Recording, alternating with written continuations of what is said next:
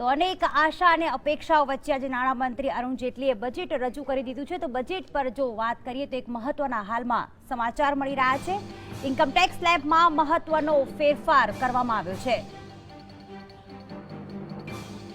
3 લાખથી 5 લાખ સુધીની આવકવાળાને હવે 10%ની જગ્યાએ માત્ર ને માત્ર 5% ટેક્સ ભરવો પડશે, જ્યારે કે 3 લાખ સુધીની આવક પર હવે કોઈ પણ પ્રકારનો ટેક્સ લોકોએ ભરવો નહીં પડે। તો 50 લાખથી 1 કરોડની આવક પર 30% ટેક્સ ઉપરાંત 10% સરચાર્જ લોકોએ ભરવો પડશે, જ્યારે કે રિટર્ન ફાઇલ કરવા માટે એક પાનાનું ફોર્મ આવશે અને તે સરળતાથી જે કરદાતા છે એ ફોર્મ ભરી શકશે। ઇન્કમ ટેક્સ સ્લેબમાં એક મહત્વનો ફેરફાર કરવામાં આવ્યો છે। 3 લાખ સુધીની આવક ધરાવતા જે સામાન્ય લોકો છે, જે મધ્યમ વર્ગના લોકો છે, હવે તેઓ કોઈ પણ પ્રકારનો ટેક્સ નહીં ભરવો પડે, જ્યારે કે 3 લાખથી 5 લાખ સુધીની આવક ધરાવતા સામાન્ય લોકો 5%નો ટેક્સ ભરવો પડશે। તો કર માળખું આપ જોઈ રહ્યા છો કે 3 લાખ સુધીની જે આવક ધરાવતા જે લોકો છે, હવેથી એમને કોઈ પણ પ્રકારનો ટેક્સ નહીં ભરવો પડે, જ્યારે કે 3 થી 5 લાખ સુધીની આવક ધરાવતા સામાન્ય લોકોને જે 10% ટેક્સ ભરવો પડતો હતો, હવેથી 5% ટેક્સ ભરવો પડશે, જ્યારે કે 5 લાખથી ઉપરની આવકમાં જે ટેક્સ માળખું હતું તેને યથાવત જ રાખવામાં આવ્યું છે, એટલે કે 5 થી 10 લાખની આવક ધરાવતા લોકોને 20% ટેક્સ અત્યાર સુધી ભરવો પડતો હતો, તેમાં કોઈ પણ પ્રકારનો ફેરફાર કરવામાં નથી આવ્યો। તેમને 20% ટેક્સ જ ભરવો પડશે, જ્યારે કે 10 લાખથી વધુ આવક ધરાવતા જે લોકો છે તેમને જે પહેલા ટેક્સ 30% ભરવો પડતો હતો, હવે તે પણ યથાવત જ રાખવામાં આવ્યું છે। આ બજેટમાં જે જોવા મળ્યું કે સામાન્ય લોકોને ધ્યાનમાં રાખવામાં આવ્યા। જે સામાન્ય લોકો અત્યાર સુધી 2.5 લાખની આવક ધરાવતા હતા, તેમને જ માત્ર કર મુક્તિ મળતી હતી। માત્ર 2.5 થી 5 લાખ લોકોને 10% ટેક્સ ભરવો પડતો હતો, પરંતુ તે કર માળખામાં ફેરફાર કરવામાં આવ્યો છે।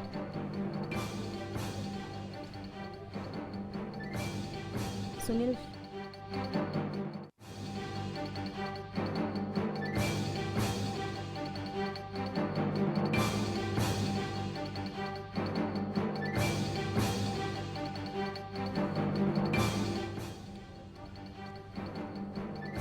તો આખરે આ બજેટ અંગે એક્સપર્ટ્સનું શું માનવું છે? ખાસ અમારા જે સ્ટુડિયો છે એમાં ગેસ્ટ ઉપસ્થિત છે। સૌ પ્રથમ સુનિલભાઈ શાહ કે જેઓ બીજેપીના નેતા છે, ને સાથે એમની છે આનંદ શુક્લા, જે અમારા સહયોગી છે, રાજકીય વિશ્લેષક છે। આ બંનેનું હાર્દિક સ્વાગત છે। સુનિલભાઈ, કઈ રીતે જોઈ રહ્યા છો બજેટનો? બીજેપીનું જ બજેટ છે એટલે આપ પોઝિટિવ જ રિસ્પોન્સ આપશો, શું કહેશો? પ્રતિક્રિયા શું છે કે ઓવરઓલ બજેટમાં કઈ કઈ વસ્તુઓનું ધ્યાન રાખવામાં આવ્યું? સૌથી પહેલાં તો જ્યારે આ બજેટની વાત કરીએ તો જેમ નાણામંત્રીએ કહ્યું એ પ્રમાણે વસંત પંચમીનો આ દિવસ છે, અને આ એક એવી સરકાર આપણી સાથે રહી છે કે જે લોકોએ પ્રવાહની વિરુદ્ધ જઈને કામ કરવાનું લોકોને શીખવાડ્યું છે। ફેબ્રુઆરી 1 એ સૌ પ્રથમ વખત આ છેલ્લા 67-68 વર્ષની અંદર બજેટ આપી રહ્યા છીએ। રેલવે અને મુખ્ય બજેટ પણ એક સાથે આપી રહ્યા છે, એટલે સૌથી પહેલાં તો પ્રાઇમ મિનિસ્ટર અને નાણાપ્રધાન અભિનંદનને પાત્ર છે, અને હું માનું છું કે આ એક સીધો મેસેજ છે પ્રજાને માટે પણ કે હવે પછી એમણે પણ જે ખૂબ જુદી રીતે વિચારવાનું કરવું પડશે। એનાથી પણ અગત્યની વાત કરીએ તો બજેટને એમણે 10 ભાગમાં વહેંચીને બજેટની તૈયારી કરેલી છે, એટલે બજેટ એક રેન્ડમ એક્સરસાઇઝ નથી, પણ એક ક્લિયર કટ એક્સરસાઇઝ છે। સમાજનો દરેક વર્ગ અને દરેક વસ્તુ આની અંદર સાંકળી લેવામાં આવી છે। ખેડૂતથી લઈને યુથથી લઈને નાનામાં નાનો ગરીબ માણસ લઈને ઇન્ફ્રાસ્ટ્રક્ચર કોને કહેવાય, ફાઇનાન્શિયલ સેક્ટરમાં શું હોવું જોઈએ, ડિજિટલ ઇકોનોમી કેવી રીતે એસ્ટાબ્લિશ કરી શકીશું, પબ્લિક સ્પેન્ડિંગ કેવી રીતે કરીશું, અને ઓનેસ્ટ જે ટેક્સ પેયર છે સૌથી અગત્યની વસ્તુ, એને કેટલો વધારે બેનિફિટ મળે અને ટેક્સનું માળખું કેટલું મોટું થઈ શકે। એટલે હું માનું છું કે ખૂબ સરસ એક્સરસાઇઝ કરી છે નાણામંત્રીએ। દરેક વિષયને એક એક વખત સમજીને કહ્યું છે, એટલે કે કોઈ પણ એવો માણસ ના હોઈ શકે કે જેને પોતાના વિશે આ બજેટમાં શું છે એવી સમજ ના પડે। નાનો માણસ, ગરીબ માણસ, ખેડૂત, ઇન્ફ્રાસ્ટ્રક્ચર, ઇન્ડસ્ટ્રી, કોઈ પણ હોય તો, એટલે ખૂબ અભિનંદનને પાત્ર છે। અને સૌથી અગત્યનું જે આપણે છેલ્લું કીધું એ પ્રમાણે કે જે ટેક્સના સ્લેબની મર્યાદા જેની આપણે અપેક્ષા ખૂબ લોકો સેવી રહ્યા હતા સવારથી, અથવા તો છેલ્લા 10 દિવસથી જેની ચર્ચા દેશમાં ચાલી રહી હતી, અર્થશાસ્ત્રીઓથી લઈને નાનો માણસ, એ પણ એમને પરિપૂર્ણ કરી છે। એટલે ખૂબ સરસ, ખૂબ બેલેન્સવાળું બજેટ છે। હું માનું છું કે આવનાર સમયમાં આની ખૂબ મોટી અસર પડશે આપણને। જી આનંદજી, શું કહેવા માંગશો? કારણ કે ભલે ઘણા બધા ફેરફાર સાથે આ બજેટ રજૂ થયું, એક તો કહેવા જઈએ તો લગભગ મહિના પહેલા બજેટ રજૂ થયું, જે બજેટ 27મી કે 28મી ફેબ્રુઆરી આવનાર હતું તેને 1 ફેબ્રુઆરીએ કરવામાં આવ્યું। રેલવેને આમાં જોઈન 92 યર્સ પછી આ આખો બદલાવ કરવામાં આવ્યો, પરંતુ આપને લાગ્યું કે ક્યાંક ભલે જોડે બજેટ જોઈન્ટ બજેટ રજૂ થયું પણ કોઈ નવી ટ્રેન નહીં, ક્યાંક રેલવે બજેટને આ બજેટમાં નજરઅંદાજ કરવામાં આવ્યું? આપનું ફર્સ્ટ રિએક્શન શું છે આ જોઈન્ટ બજેટ વિશે? જોઈન્ટ બજેટ છે. રેલવે માટે એલોકેશન કરવામાં આવ્યું છે, લગભગ 1,31,000 કરોડ જેટલું એલોકેશન કરવામાં આવ્યું છે. એટલે તમામ ડિટેલની અંદર આની અંદર જવામાં નથી આવ્યું, પરંતુ તેમ છતાં રેલવે એ આ સરકારનું મેઇન ફોકસ રહેવાનું છે અને રહેશે. એની અંદર અત્યારે જે પ્રકારે છેલ્લે ઘણા રેલવે એક્સિડન્ટ થયા એને ધ્યાનમાં રાખીને સેફટી ઉપર પણ પૂરતું ધ્યાન આપવાની કોશિશ કરવામાં આવી છે. આ સિવાય જે પ્રવાસીઓ છે રેલવેના એને પણ રાહત આપવાની કોશિશ કરવામાં આવી છે. પરંતુ બુલેટ ટ્રેન જેવી જે વાત છે એના માટે હજુ પણ એકાદ બજેટમાં વધારે રાહ જોવી પડશે. આ સિવાય નોટબંધી બાદ પહેલું બજેટ રજૂ થયું છે, એટલે હું એવું કહીશ કે આ સરકાર, કેન્દ્રીય સરકારનું આ ડિફેન્સિવ બજેટ છે. ડિફેન્સિવ બજેટ એટલા માટે છે કે લોકોને જે પ્રકારે લોકોએ સહકાર આપે 50 દિવસ, પરંતુ તેમ છતાં જે મુશ્કેલી પડી એ મુશ્કેલીની અંદર લોકોને રાહત આપવાનો આ બજેટની અંદર પ્રયત્ન કરવામાં આવ્યો છે. સૌથી વધારે મહત્વનો મુદ્દો એ છે કે ખેડૂતો, જે આ દેશના ઘણા બધા લોકો એ ખેતી અને ખેતીની સંબંધિત જે ઉદ્યોગો છે તેની સાથે જોડાયેલા છે, તો ડેરી અને ખેડૂતોને રાહત આપવાનો પ્રયત્ન કરવામાં આવ્યો છે. આ સિવાય જો વાત કરવામાં આવે તો કર રાહતો ડાયરેક્ટ ટેક્સની અંદર જે પ્રકારે આપવામાં આવી છે, અને ખાસ કરીને મધ્યમ વર્ગ એ કરના બોજા નીચે હોવાનું અનુભવતો હતો. ખાસ કરીને આજે વાત કરી જેટલી એ કે જે પ્રકારે લોકો કર જે આપવાથી બચતા હોય છે તેનું મુખ્ય કારણ એ હોય છે કે કરની જે વધારે પડતી જે આખી જોગવાઈ હોય છે તેની સામે આ પ્રકારની કરચોરી થતી હોય છે. તો અત્યારે જે સ્લેબ વગેરે દૂર કરી અને એમણે કર રાહત આપવાનો પ્રયત્ન કર્યો છે. તેમ છતાં હું એમ કહીશ કે યુપી અને 5 રાજ્યોની ચૂંટણી આવી રહી છે. નોટબંધીની જે નકારાત્મક અસરો છે તેને ખાળવા માટે ચોક્કસપણે આ સરકારને સંરક્ષણાત્મક મુદ્રામાં આવી અને બજેટ રજૂ કરવું પડ્યું. ચોક્કસ, એટલે કે નોટબંધીની અસર હતી, 5 રાજ્યોમાં ઇલેક્શન હતા, તેને કારણે આ બજેટ રજૂ થયું છે. પરંતુ આપ અત્યારે જે સ્ક્રીન ઉપર જોઈ રહ્યા છો, જે કર માળખામાં બદલાવ કરવામાં આવ્યો છે તેનાથી હવે જે સામાન્ય લોકો છે કેટલી રાહત થશે? 3 લાખ સુધીની આવક ધરાવતા લોકો અત્યાર સુધી 2-3 હજાર રૂપિયાનો ટેક્સ એમને ભરવો પડતો હતો, પરંતુ હવેના વર્ષથી એમને કોઈ પણ પ્રકારનો ટેક્સ નહીં ભરવો પડે. એટલે કે 3 લાખ સુધીની જે આવક ધરાવે છે સામાન્ય લોકો, હવે એમને કોઈ પણ પ્રકારનો કર નહીં ભરવો પડે. જ્યારે કે જે 3 થી 5 લાખ સુધી જે આવક ધરાવતા લોકો છે તેમને અત્યાર સુધી 23,690 રૂપિયા જે છે માત્ર ટેક્સ ભરવો પડતો હતો, પરંતુ હવે તે ઘટીને, જે ટકાવારીમાં ઘટાડો થયો છે 10%થી 5% કરવામાં આવ્યો છે, તે હવે ઘટીને હવેથી 12,875 રૂપિયા તેમને ભરવા પડશે ટેક્સ રૂપે. એટલે કે 50%નો જે ઘટાડો થયો છે તેનાથી તેમના હાથમાં વધારે બચત થઈ શકશે. જ્યારે કે જે 5 થી 10 લાખ સુધીની જે આવક ધરાવતા લોકો છે તેમના માટે જે ટેક્સ ભરવાની વાત છે, તો અત્યાર સુધી 1,28,750 રૂપિયા ટેક્સ ભરવા પડતા હતા, પરંતુ હવેથી 1,15,875 રૂપિયા ટેક્સ તેમને ચૂકવવો પડશે.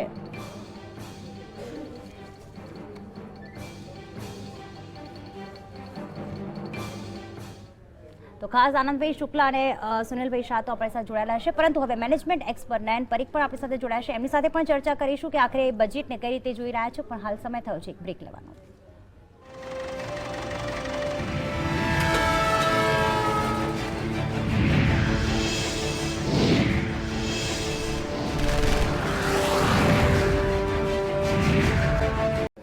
તો બ્રેક બાદ આપનું સ્વાગત છે. નાણામંત્રી અરુણ જેટલીએ આખરે જાહેર કરી દીધું છે આજનું નાણાકીય બજેટ, એટલે કે 2016-17માં આખરે તેઓ કઈ રાહત આવશે, 2017-18માં કઈ રાહત આવશે તે જાહેરાત કરી દીધી છે. એક્સપર્ટ આપણી સાથે જોડાયેલા છે સુનિલભાઈ શાહ કે જેઓ ભાજપના નેતા છે, આનંદભાઈ શુક્લા કે જેઓ અમારા સહયોગી વિશ્લેષક છે, સાથે આપણી સાથે જોડાઈ ગયા છે મેનેજમેન્ટ એક્સપર્ટ એવા નયનભાઈ પરીખ. નયનભાઈ, બજેટને આપ કઈ રીતે જોઈ રહ્યા છો, કે કયા સેક્ટર ઉપર, કયા લોકો ઉપર વધારે ફોકસ કરવામાં આવ્યું અને કયા લોકોને બિલકુલ નજરઅંદાજ જ કરવામાં આવ્યા? મારે હમણાં 2-3 દિવસ પહેલા જીએસટીવી પર જ બોલવાનું થયું, હું નાણાં મંત્રી હોઉં તો શું કરું, એટલે એને જો ફરી પાછી વાત કરું તો એમ મને લાગે છે કે ઇન્કમ ટેક્સમાં મારી પોતાની અપેક્ષા વધારે હતી કે ઇન્કમ ટેક્સમાં જે ફરક કર્યા છે એનાથી ડિમોનેટાઇઝેશન હમણાં થયું, લોકોને અને બિઝનેસીસને એક થોડી જે અસર પડી એ પડી. એના ઉપર અત્યારે હું માનતો હતો કે ઘા ઉપર થોડો મલમ વધારે લગાડ્યો હોત તો લોકોને ને ઇકોનોમીને એના ઉપરથી પેલી સારી અસરો ઘણી પડી હોત. જીડીપી ઘટ્યો છે, ગ્રોથ રેટ ઘટવાનો છે, આપણને બધાને ખબર છે. હવે 1% ઘટે, 1.5%, 2%, એ સબ્જેક્ટ ડિસ્કશન અને સ્પેક્યુલેશનનો વિષય છે, પણ ઘટવાનો છે પાક્કું છે. નયનભાઈ, આપણે ચોક્કસથી આ બજેટ અંગે ચર્ચા કરીશું, પરંતુ ગુજરાત ચેમ્બર ઓફ કોમર્સમાં જે પ્રેસ કોન્ફરન્સ યોજાઈ છે અને તેમની આ બજેટ અંગે પ્રતિક્રિયા આવી રહી છે, આવું જોઈ લઈએ. એમાં એક જ ખાલી વધારે કરું કે જે ઇન્ડેક્સેશન અત્યારે 1/4/2081 નો બેઝ હતો એ હવે 1/4/2001 નો બેઝ લઈ આવ્યા અને અલ્ટિમેટલી ઓવરઓલ એની કમ્પ્યુટેશનમાં કોઈ ફરક નહીં પડે, બિકોઝ 1/4/2001 થી જે સીપીઆઈનું ઇન્ફ્લેશન ઇન્ડેક્સ છે, હોલસેલ પ્રાઇસ ઇન્ડેક્સ, એના આધારે જે ઇન્ડેક્સેશન ગણાય છે. બીજું જે વાત કરી એમએસએમઈ સેક્ટર માટે જે 50 કરોડથી ઓછો ટર્નઓવર હશે તો 25% ટેક્સ કર્યો અને એમાં પણ એક સારો ડેટા આપ્યો કે 96% કંપનીઓને આ ફાયદો થશે. બાકીની 4% કંપનીઓ એવી છે કે જેનું ટર્નઓવર 50 કરોડ કરતાં વધારે છે અને જે લોકોને 30%નો સ્લેબ ચાલુ રાખશે.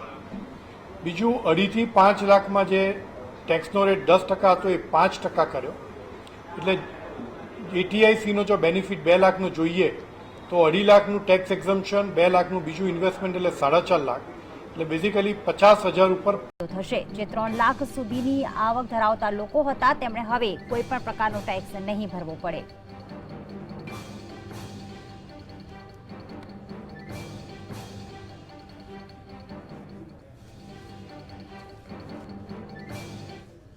તો આખરે બજેટમાં કોને રાહત મળી અને કોના પર આફત તૂટી પડી, આ અંગે પણ આગળ એક્સપર્ટ સાથે ચર્ચા કરીશું. હાલ સમય છે ફરી એક બ્રેકનો.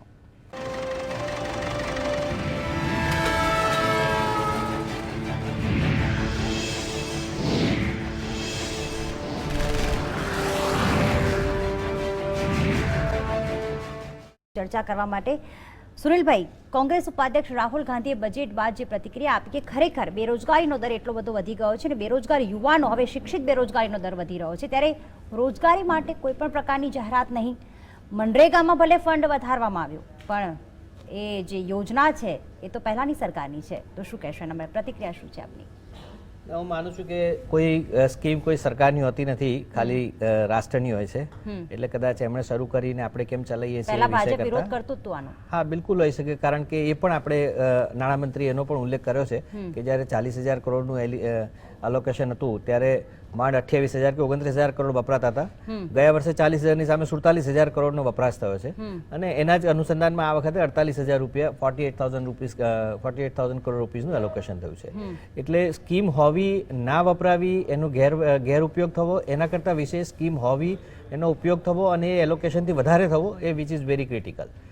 રહી વાત આપે જે યુવાનોની વાત કરી, તો હું માનું છું કે ઇન્ફ્રાસ્ટ્રક્ચરની અંદર જે ખૂબ મોટું ઇન્વેસ્ટમેન્ટ આવી રહ્યું છે એ રોજગારીને ખૂબ મોટી તક પૂરી પાડે એવું ઇન્વેસ્ટમેન્ટ આવી રહ્યું છે. એટલે એ એક સૌથી અગત્યની વસ્તુ છે, આપણે જોવી જોઈએ. અને એનાથી પ્રાઇવેટ સેક્ટર ઉપર ફોકસ કર્યું છે.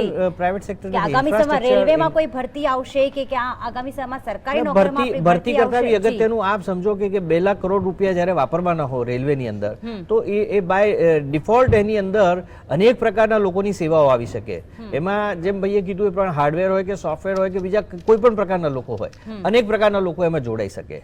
રહી વાત એક બીજી સ્કિલ ઇન્ડિયા અથવા તો સ્ટેન્ડઅપ ઇન્ડિયાને લગતી વાત, તો એમાં પણ ખૂબ સારું એવું ધ્યાન આપવામાં આવ્યું છે કે જેથી કરીને આગળ પડતા હવે પછીના લોકો જે સ્કિલ અપડેશન કરી શકે અને નવી સ્કિલ લઈને પોતાને રોજગારીને લાયક બનાવી શકે. એટલે હું માનું છું કે બહુ ફેર અને ખૂબ સારા એવા મુદ્દા વણી લેવામાં આવ્યા છે, બોથ યુથને લગતા, સ્કિલ ડેવલપમેન્ટને લગતા અને રોજગારીને લગતા. ઓકે જી, નયનભાઈ, આના વિશે આપ શું કહેવા માંગશો? કારણ કે જે એક બેરોજગારીનો પ્રશ્ન મોટો હતો અને નોટબંધી પછી ઘણા બધા કામદારો, નાના મજૂરો કે જેઓ બેરોજગાર બન્યા છે, નથી લાગતું કે આ બજેટમાં ક્યાંક એમને પણ રાહત આપવાની જરૂર હતી? હું Gujarat chamber of commerce and ઇન્ડસ્ટ્રીમાં ટેક્સટાઇલ કમિટીનો ચેરમેન છું. હવે ટેક્સટાઇલ જે છે એ ખેતી બાદ સૌથી વધારે એમ્પ્લોયમેન્ટ જનરેટિંગ ઇન્ડસ્ટ્રી છે ઇન્ડિયાની. 10 કરોડ લોકોને ડાયરેક્ટલી ઇનડાયરેક્ટલી ટેક્સટાઇલમાં એમ્પ્લોયમેન્ટ મળે છે. સૌથી વધારે ડિમોનેટાઇઝેશનની અસર મેં જોઈ હોય તો એ ટેક્સટાઇલ ઇન્ડસ્ટ્રીમાં જોઈ છે. કેટલા બધાની રોજીરોટી છીનવાઈ ગઈ હતી જુદા જુદા કારણોસર. ટેક્સટાઇલમાં ખરેખર કરવાની જરૂર એ છે કે હવે લોકો આપણે બધું કપડાં નથી ખરીદતા અને ડાયરેક્ટલી આપણે રેડીમેડ ગાર્મેન્ટ ખરીદીએ છીએ. કારણ કે આપણે કપડાં ખરીદી સીવડાવતા નથી.